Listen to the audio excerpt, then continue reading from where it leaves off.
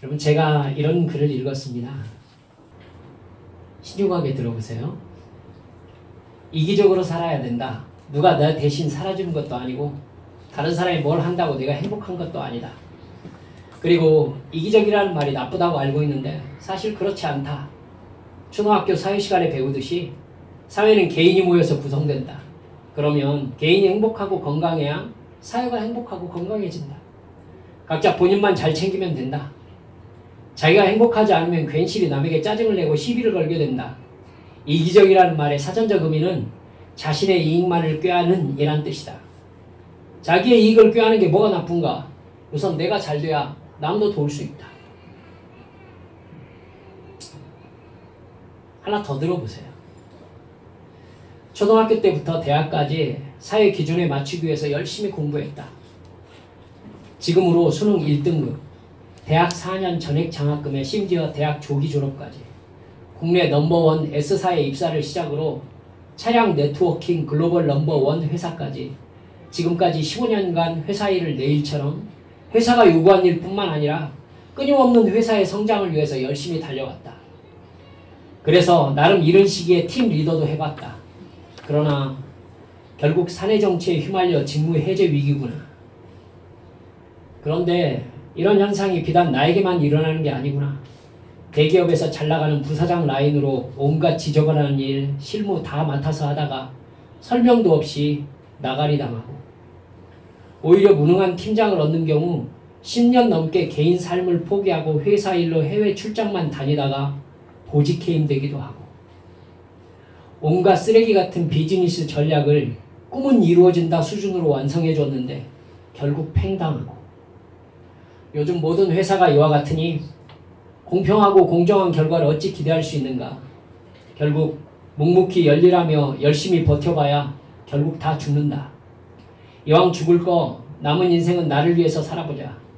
회사에 이타적으로 살지 말고 이기적으로 살아보자.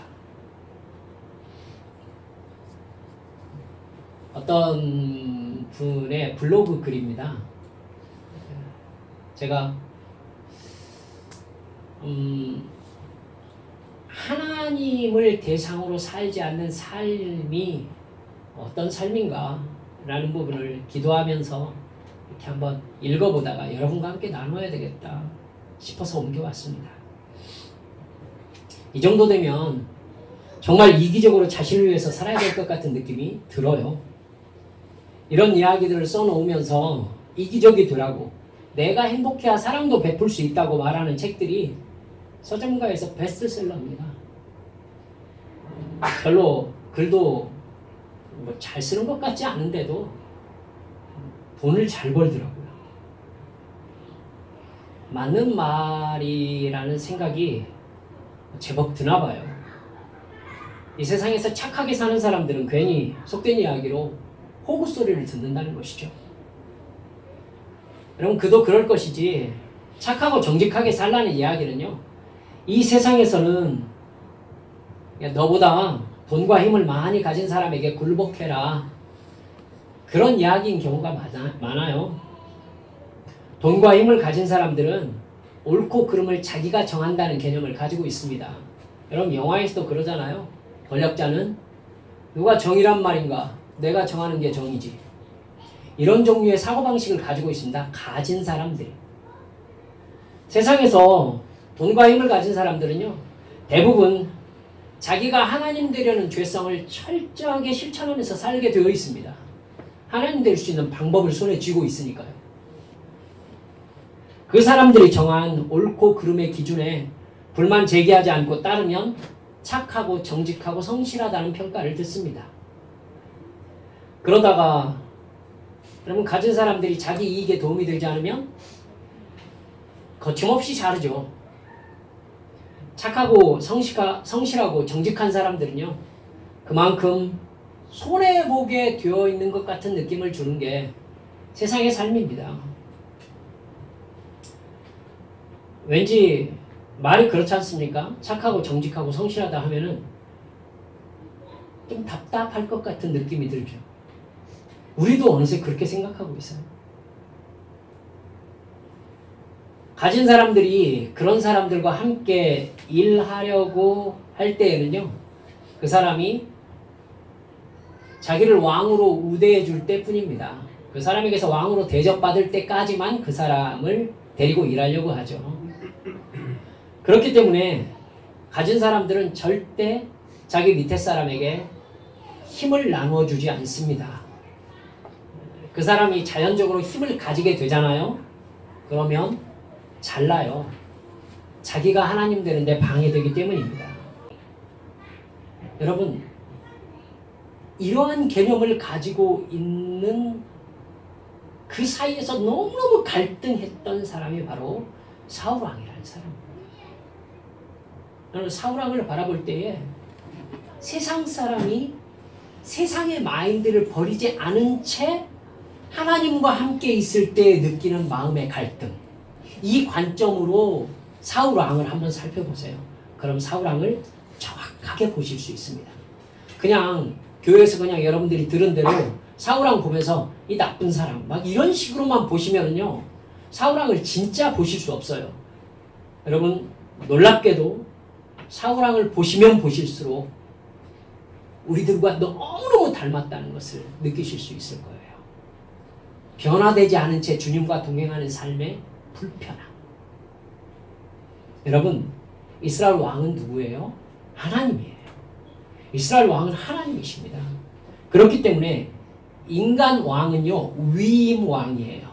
대리왕입니다. 왕이신 하나님의 말씀에 순종함으로 하나님의 통치를 눈에 보이도록 실현하는 사람이 왕인 거예요. 그래서 하나님은요, 왕이 하나님의 말씀에 순종할 수 있도록, 왕이 하나님의 말씀에 순종할 수 있도록 왕으로 세우는 위임식 때 기름을 붓잖아요.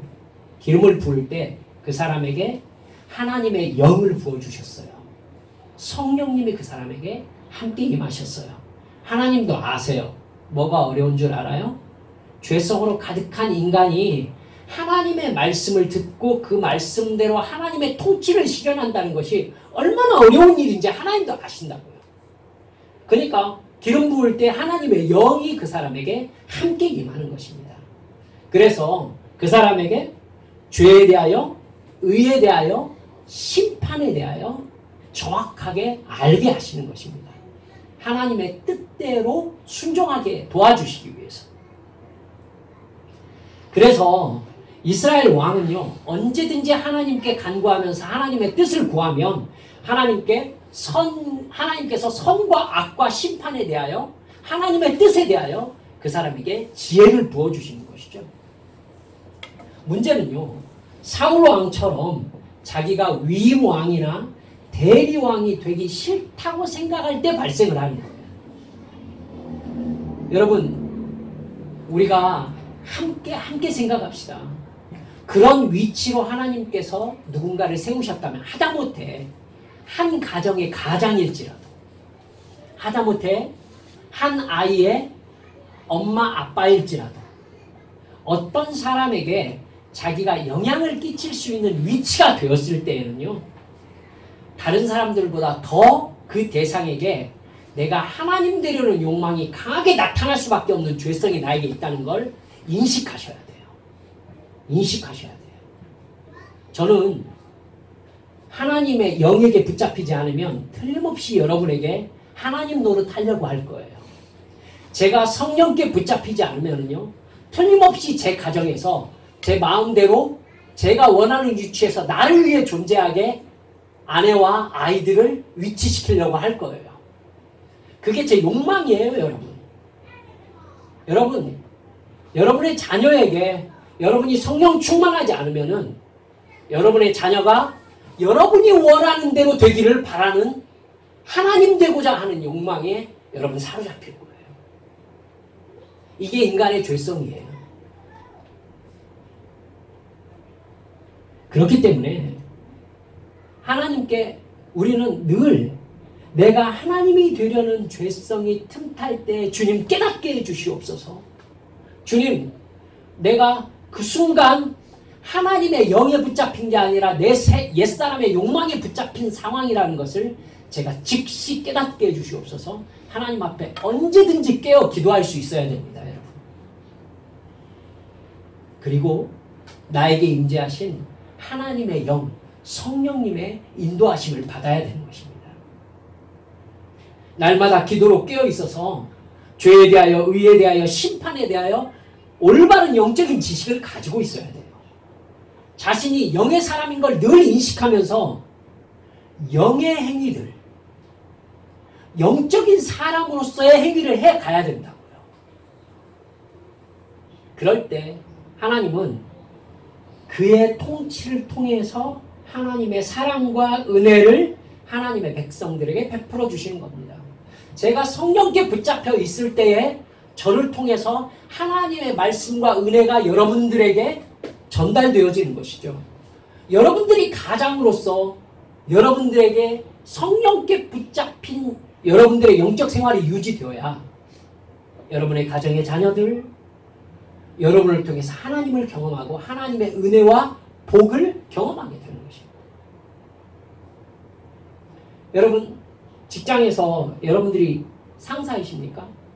여러분들이 성령께 붙잡히지 않으면 틀림없이 부하 직원한테 여러분들은 하나님이 되려고 할 거예요. 그래서 그 부하 직원이 나의 권력에 도전할 때 자르고 싶을 거예요. 제가 혹여 우리 교회 부교역자가 생긴다면 그렇게 부교역자 자르려고 제가 그러거든 목사님이 이러시면 안 됩니다 하고 저에게 말씀해 주셔야 됩니다. 아시겠습니까? 저는 하나님 보고 약속했습니다. 제가 절대 그런 담임 목사 되지 않겠습니다. 여러분, 그렇게 하나님의 영으로 세움받은 사역자가 철저하게 하나님의 뜻대로 백성들을 인도하며 섬길 때에 하나님은 그 사람의 권위를 더 높여주십니다. 그러셔서 그를 통하여 하나님의 나라를 세워가십니다. 왜냐하면 하나님께서 세우셨으니까. 그러니까 하나님을 높이는 사람을 하나님께서 높여주시는 것이죠. 다윗이 하나님을 섬기고 순종하고 높이니까 하나님께서 다윗을 높이시는 것을 볼 수 있지 않습니까? 근데 사울은 자기가 왕이 되고 싶었습니다. 그래서 하나님의 명령을요, 정치적인 이익에 따라서 해석합니다. 사울 왕에게 중요한 것은 늘 지금 상황에서의 이익이었습니다. 그래서 블레셋과 싸울 때 사무엘이 오지 않고 군사들이 사기가 떨어지기 시작하니까 자기가 번제를 드려버려요.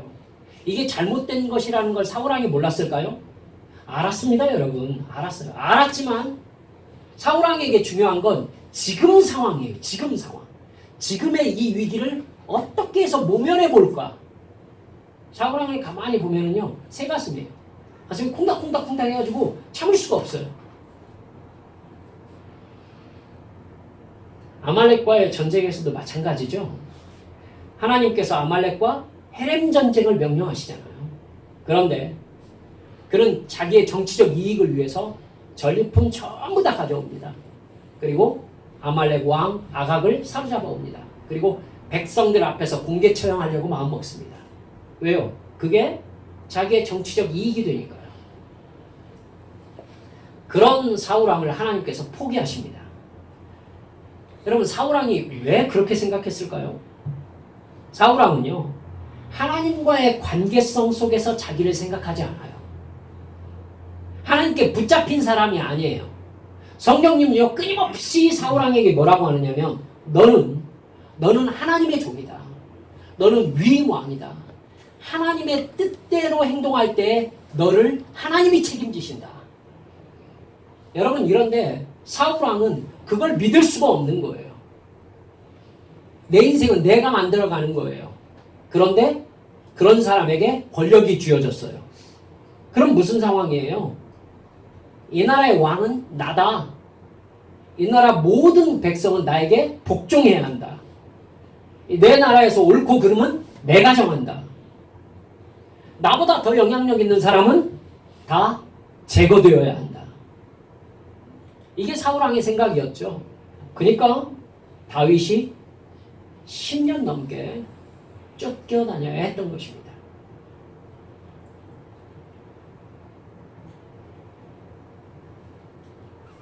여러분, 우리 함께 기도하면서 저 멋있는 목사 되게 해주십시오. 그리고 여러분들도 멋있는 가장 되시고 멋있는 사장 되시고 여러분 멋있는 리더로 세워지셔야 돼요. 여러분들을 보면 사람들이 멋있는 사람이다. 저 사람 참 멋있는 사람이다. 저 사람의 힘은 저 사람을 위해서 쓰이지 않는다. 참 멋있는 사람이다. 여러분 이렇게 되셔야 합니다. 이렇게 되셔야 돼요. 결국 하나님은요 사울왕에게 배신당하셨습니다. 사울왕은 하나님에게서 이스라엘 나라를 뺏을 생각이었던 것이죠. 그런 마음을 먹지는 않았을 거예요. 그런데 결국 이 사람이 하는 일은요. 결국 이 사람이 하는 일은 하나님에게서 자기의 권력을 빼앗아 오려는 행위가 될 수밖에 없었어요. 하나님은 사울왕 대신에 다윗을 선택하십니다. 멀쩡하게 사울왕이 살아있는데도 다윗에게 왕으로 기름을 부으십니다. 그때 일어난 현상이요. 13절에 보니까 이날 이후로 다윗이 여호와의 영에게 크게 감동되었다. 이렇게 되어 있습니다. 하나님의 뜻대로 나라를 다스릴 지혜와 능력과 권위가 현직 왕 사울이 아니라 다윗에게 임한 거예요. 다윗에게.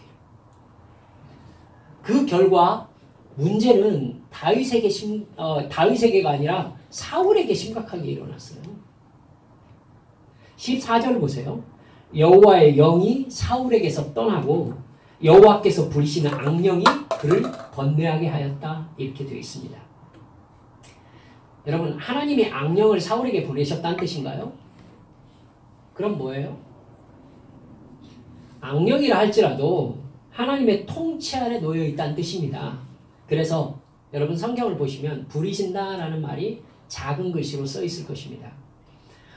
하나님이 직접 사울에게 악령이 역사하도록 보내셔서 그를 악하게 만들었다. 이 개념이 아니라 악령이 사울왕에 역사하지 못하도록 하나님이 통제하고 보호하셨다는 하나님의 손길을 놓으셨다라는 뜻입니다.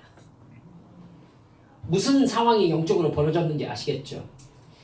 하나님의 영이 임한 사람, 하나님의 영이 임한 사람에게는요, 하나님께서 사탄이 그의 영을 사로잡지 못하도록 보호하고 계신다는 의미죠. 보호하고 계신다는 의미예요. 그런데 하나님의 영이 그 사람을 떠나니까 그를 보호하고 있던 하나님의 손길이 해제되는 것입니다. 영적으로 하나님의 대적자는 사탄이죠. 악령입니다. 마귀, 귀신입니다. 하나님을 대적해서 이 땅에 사는 모든 인간들과 그러니까 이 땅에 사는 모든 이 인간들이요. 자신과 아담에게서 시작된 어떤 죄의 본성대로 살다가 멸망하게 만드는 것. 이게 사탄의 목적입니다. 그러니까 내 죄의 본성 계속 말씀드려 옵니다만 내가 하나님이 되고 내가 주권자가 되어서 이 세상에서 나의 만족을 위해 살다가 그저 지옥에 멸망당하도록 하려는 것이 사탄의 목적인 것이죠. 여러분 죄의 본성이 무엇입니까? 자기가 하나님이 되고자 하는 생각과 말과 행동입니다. 그 본성에 따라서 돈과 힘을 소유해서 자신이 주권자가 되어서 섬김을 받고 지배하고 서로 미워하고 질투하고 싸우다가 배신하고 죽이는 죄를 저지르는 것이 여러분 사탄이 시키는 대로 순종하는 사람의 삶입니다. 인간이 모두 죄의 값으로 지옥에 빠져서 하나님의 세상과 인간 창조가 여러분 실패로 끝나게 만들려는 것, 이게 사탄의 목적입니다. 하나님의 전지전능하심을 모욕하려는 것이죠. 하나님이 하나님과 사랑의 관계를 나누시려고 인간을 만드시고 여러분 이 세상을 하나님의 영광을 위해서 만드셨는데 인간이 죄악에 빠짐으로 말미암아 하나님과 사랑의 관계가 끊어지고 이 모든 세상이 죄와 저주 아래 놓이게 되는 것. 이대로 끝나버리면 어떻게 될까요? 하나님의 창조는 실패죠. 실패죠. 이렇게 끝나게 하려는 것이 사탄의 목적입니다. 하나님의 전지전능하심을 모욕하는 것이죠. 그래서 하나님에게 당신이 하나님입니까? 당신이 신 맞습니까? 이러려고요. 참 많은 철학이 이 이야기를 하고 있다는 것을 기억하시기 바랍니다. 여러분, 이렇기 때문에 하나님께서 택하시고 성령을 부어주시는 사람에게 사탄의 관심이 집중되게 되어 있습니다. 여러분, 성령 받은 사람이 하나님의 말씀대로 순종하면서 사명을 감당하면 하나님의 사랑과 은혜가 세상에 나타나기 시작합니다. 하나님을 사랑하고 섬기는 사람들이 서로 사랑하고 섬기는 공동체를 이루면은 하나님의 영광이 이 세상에 드러나기 시작하는 것이죠. 그 공동체는 돈과 힘을 소유한 사람이 가지지 못한 사람들에게 섬김을 받지 않아요. 오히려 돈과 힘을 소유한 사람들이 가지지 못한 사람들을 섬겨요. 힘의 방향이 거꾸로 가요.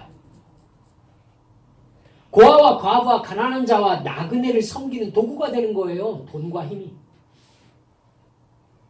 하나님의 영이 감동함으로 그런 섬김과 사랑을 베풀면서 만족과 행복을 느껴요. 여러분, 세상에서는 그건 절대 만족스러운 일이 아니거든요. 돈과 힘으로 하나님이 되기 위해서 미움과 질투와 배신과 살인이 행해지는 사탄의 왕국이 무너지기 시작하는 것입니다. 그렇기 때문에 사탄은 하나님의 영에 의해서 지배받는 사람들을 눈여겨볼 수밖에 없습니다. 사울이 하나님의 기름 부으심을 받아서 하나님의 영에 충만했었습니다. 사탄이 사울에게 관심이 집중되겠습니까? 안 되겠습니까? 당연히 집중되죠. 그래서 사탄은 어떻게 해서든지 하나님의 영이 임한 사람들에게 내적 갈등을 일으킵니다. 네가 하나님이냐? 너도 사람이잖아. 너 맛있는 거 먹고 싶지 않냐? 너도 세상 재미 누리면서 살아야지. 돈 가졌으면 저 사람 네가 마음대로 할 수 있잖아. 결국 네가 돈 줘서 먹고 사는 사람이잖아. 네 마음대로 해. 사울의 마음을 가지도록 계속 유혹하는 것입니다. 네 능력으로 너를 드러내라. 너를 위해서 사용해라. 내 돈이니까요. 그 유혹에 빠지면은 어떻게 되겠습니까? 돌로 떡을 만들어 먹어. 그러면 돌로 떡을 만들어 먹어요. 사탄이 하라는 대로 해요. 그래서 죄송합니다. 교육자회에서 이 교회는 내 교회라고 얘기하는 겁니다. 그래서 이 교회에서 하나님의 뜻은 내가 정한다고 얘기하는 거예요. 여러분, 이 회사는 내 회사라고 얘기하고요. 이 집안의 가정은 나야! 라고 얘기를 해요. 사울은 이 나라는 내 것이야! 라고 말하고 싶었던 거예요. 내가 하나님이라는 죄의 본성대로 행동하는 겁니다. 이게 성령의 역사를 거절하는 생각입니다. 여러분, 그 생각을 행동으로 옮기면은 어떻게 됩니까?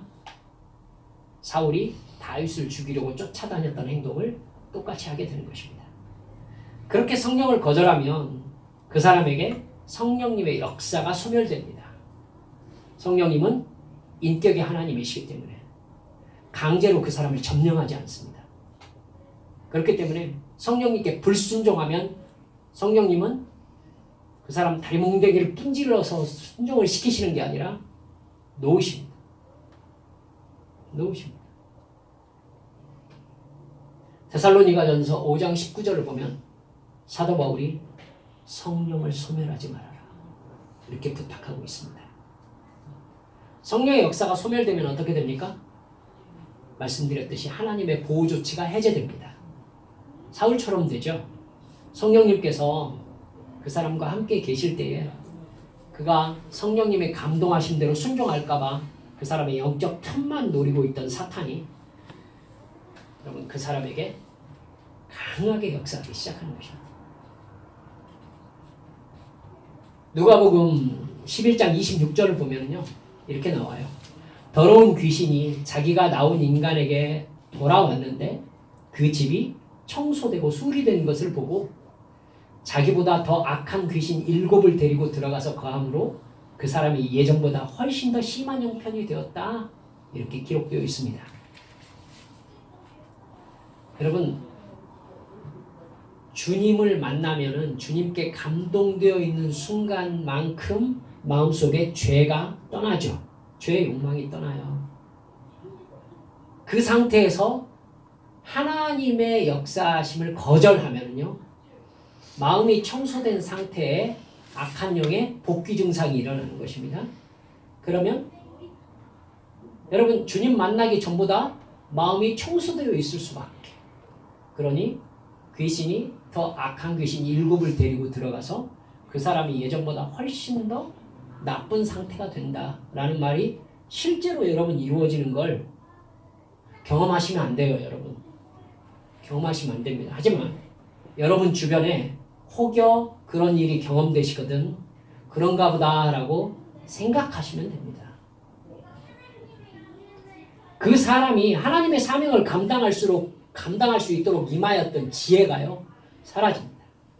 영적인 삶을 살 수 있게 죄와 의와 심판에 대해서 영적 지식과 인식이 있었는데 여러분, 그 사람에게서 그것이 더 이상 나타나질 않아요. 눈에 보이는 돈과 힘만 중요하게 생각해요. 그 사람은 실제적으로는 능력도 없으면서 허풍과 허세를 떨기 시작합니다. 사기꾼처럼 자기를 드러내기 시작해요. 자기가 이런 사람이라고 자꾸 술만 마셨다 하면 내가 누구냐면 라떼는 막 이러면서 이 얘기를 합니다. 자기 이익과 세상 쾌락을 위해서 살다 보니까 돈과 힘을 가지지 못한 사람을 사람 취급을 안 하려고 그래요. 그 사람이 고개 숙이는 것은 오직 자기보다 더 많이 가진 사람, 자기보다 많은 권력을 가진 사람 앞에서만 고개를 숙입니다. 근데 그 사람은요, 가져도 내적 평안이 없습니다. 공허함만 가득합니다. 그러니까 사울처럼 늘 번뇌가 쌓입니다. 가졌는데, 왕인데, 이 나라에서 자기보다 높은 사람이 없는데 궁궐 속에서 마음이 번뇌해가지고 견딜 수가 없습니다. 이게 뭐예요, 이게? 오히려 쫓기는 사울이 마음이 더 평안해요. 여호와는 나의 목자시니 내가 부족함이 없으리라. 쫓기는 다윗이죠. 쫓기는 다윗이 더 평안해요. 궁궐 속에 있는 사울이 귀신이 들려가지고 마음에 너무 번뇌가 심해요. 처음에 말씀드렸죠. 하나님의 사명을 받은 사람이 주의 영에게 지배당하지 못할 때에 이런 상황이 벌어지는 거예요. 정말 엉뚱한 짓을 하는 거예요. 성령의 역사를 소멸하면서 하나님께서 하나님의 사명자로 지켜주시던 보호 조치가 해제되니까 사탄이 훨씬 더 강력하게 역사해요. 그러면 그 사람의 성품이 어떻게 되겠어요? 사탄을 닮아요. 사탄을 닮아요. 사울 왕이 악령에 시달리니까 성품이 누구를 닮아요? 악령을 닮아요. 사악해지고 비굴해지고 더러워져요. 천박해집니다. 죄를 좋아합니다. 더욱 돈과 힘에 매달리다가 결국 인생의 끝을 맞이해요. 사울은 인생 끝에 하나님께 간절히 기도한 적이 있었어요. 하나님이 어떻게 하셨어요? 여러분 성경 읽으셨잖아요. 하나님은 우림과 둠김으로도 그에게 대답하지 않으셨고 선지자로도 대답하지 않으셨어요. 아무 기도 응답이 없었어요. 그래서 사울이 어디로 가요? 네, 무당한테 가요. 점쟁이한테 간다고요. 그럼 무당이 사울한테 뭐라고 그래요? 당신 내일 죽을 것입니다. 이렇게 얘기합니다. 그리고 자살합니다. 여러분, 사울은 왕이 되지 않는 편이 훨씬 나았죠. 왕이 되지 않는 편이 나았어요. 하나님은 사울 왕에게 복을 주셨는데 사울왕은 그걸 저주로 받았어요. 저주로 받았어요. 여러분, 하나님께서 여러분들에게 주신 복이 그걸 성령 충만함으로 받지 않으면 저주가 될 수 있어요. 여러분에게 하나님께서 주신 본이 성령께 붙잡혀 있지 않으면 그것이 악령이 여러분에게 틈타는 길을 내주어요. 길을 내주어요. 하나님께서 여러분들에게 주신 복으로 주신 인간관계 속에서 성령께 잡혀있지 않으면요, 그 인간관계가 여러분의 삶으로 사탄이 들어오는 통로가 돼요. 여러분과 성령님의 관계가 어떻습니까? 겟세마네 동산에서 예수님은 제자들에게 분명히 시험에 들지 않게 기도하라고 말씀하셨습니다. 예수님은 베드로와 제자들에게 겟세마네 동산 오기 바로 전에 누가복음 22장 31절 32절을 보면 이렇게 말씀하셨어요. 시몬아 시몬아 보라, 사탄이 너희를, 시몬이라고 불러놓고 너희라고 얘기하잖아요. 그럼 지금 제자들 전체에게 하시는 말씀이죠. 그리고 대표적으로 시몬아라고 이름을 부르신 거예요. 다시 들어보세요. 시몬아 시몬아 보라, 사탄이 너희를 밀가부르듯 하려고 요구하였으나 그러나 내가 너를 위하여 네 믿음이 떨어지지 않기를 기도하였노니 너는 돌이킨 후에 네 형제를 굳게 하라. 여러분, 사탄이 시몬을 달라고 했다는 겁니다. 시몬을 달라고.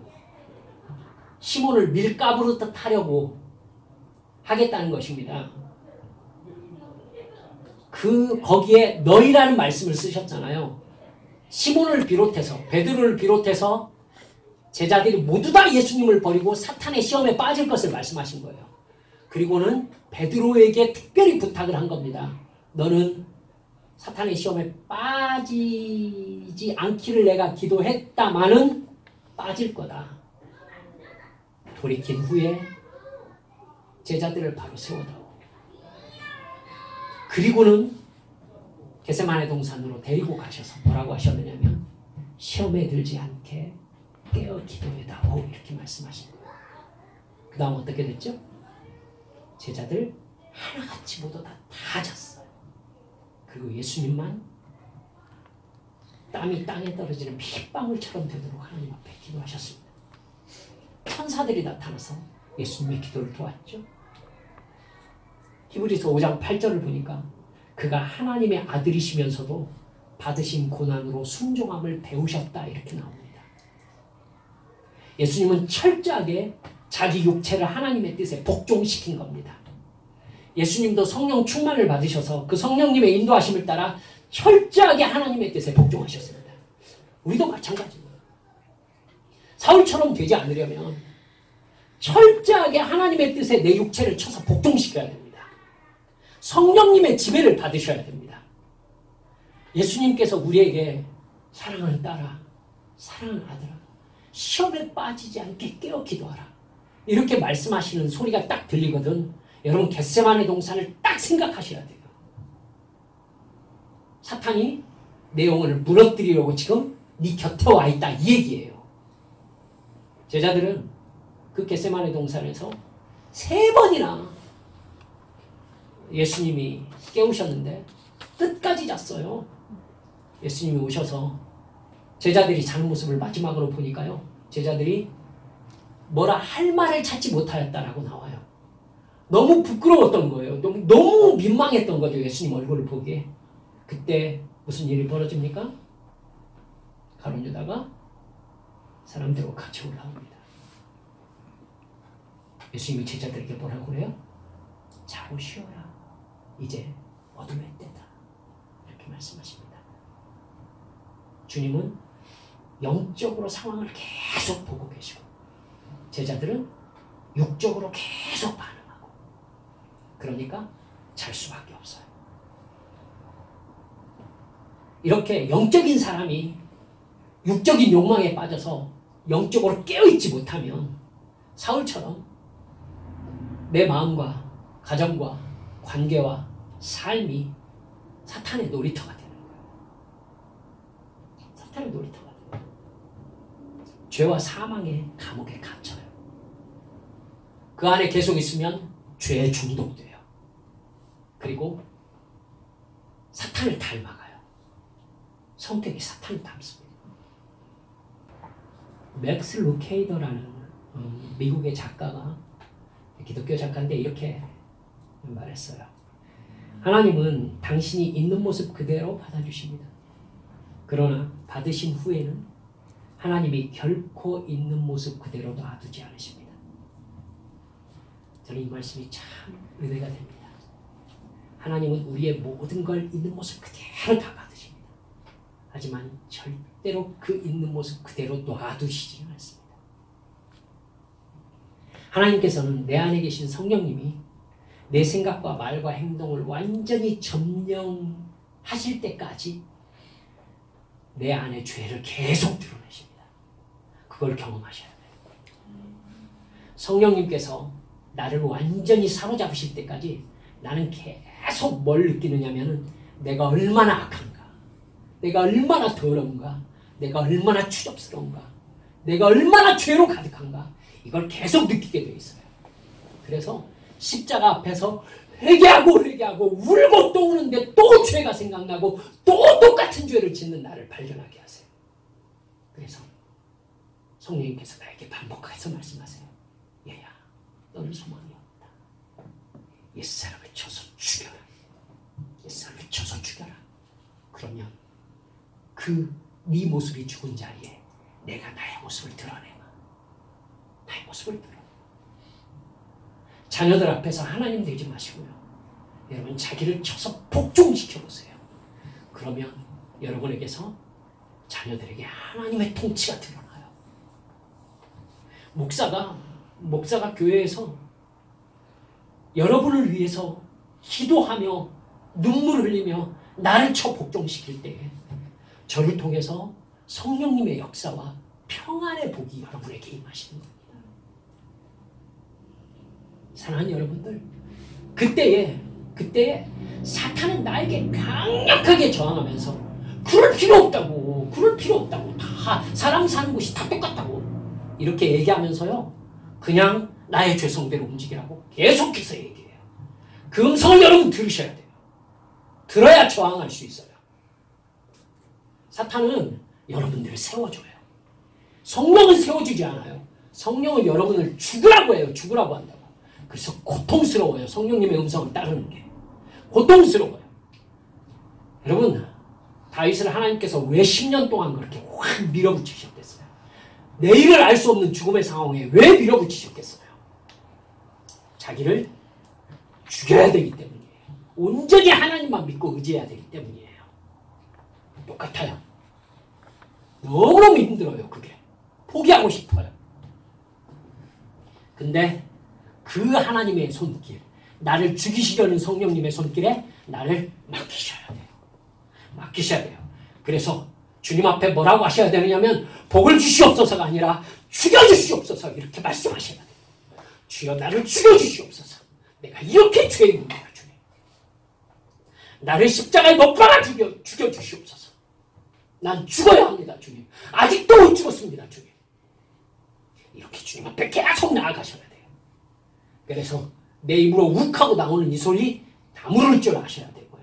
내 표정이 싹 변하면서 사탄의 눈빛이 확 나타나기 시작할 때 눈을 딱 감고 주여! 내 욕망에 내가 지금 사로잡혀 있습니다 주님.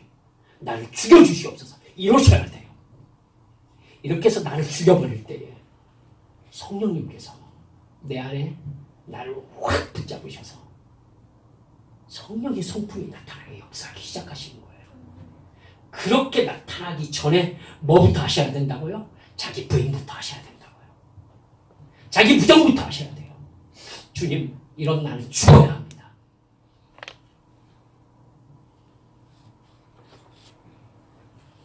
겟세마네 동산에 예수님의 부탁 말씀을 우리는 지켜야 돼요. 우리는. 얘야, 시험에 빠지지 않게 깨어 기도해다. 왜 그러신다고요? 사탄이 지금 눈에 불을 쓰고 지금 나를 쳐다보고 있기 때문에 주님께서 경고하시는 거예요. 얘야, 성령께 붙잡혀라.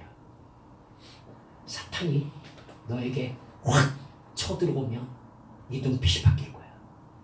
그리고 네 입에서, 네 머리에서 네 이익에 대한 생각이 확 돌아가면서 네 손익계산이 나오기 시작할 거야. 그리고 너 세상 사람이 될 거야. 알았죠? 우리는 그렇게 살면 안 돼요.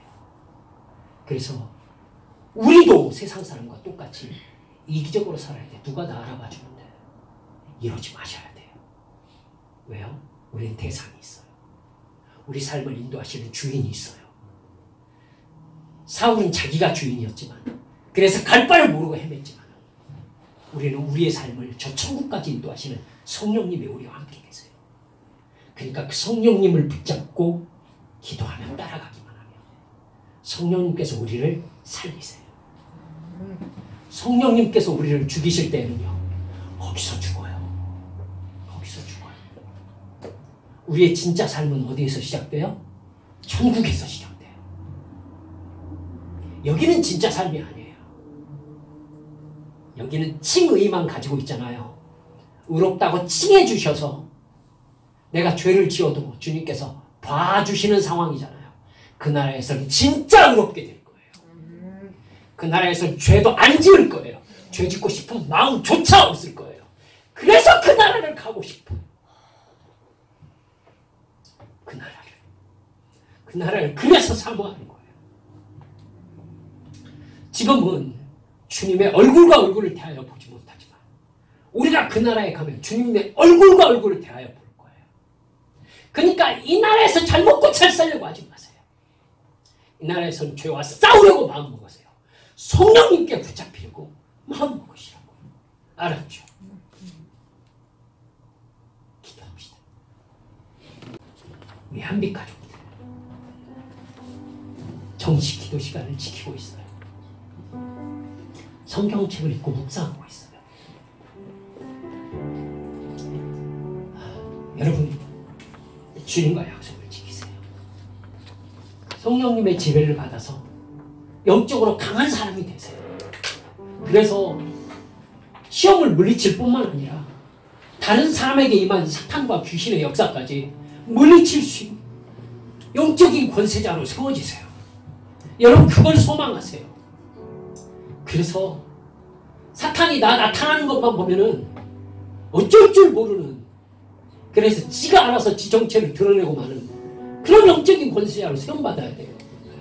겨우 내 복, 나 잘 사는 거, 이거에 붙잡혀 살다가 마지막 때 부끄러운 사람 되지 말라고요. 이 시간 기도할 때 주님, 저 사울처럼 살아갔습니다.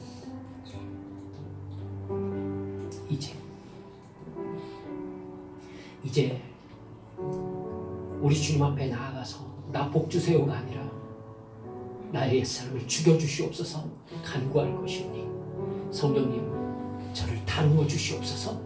주님 앞에 통성으로 기도하시겠습니다. 아버지 하나님 감사합니다.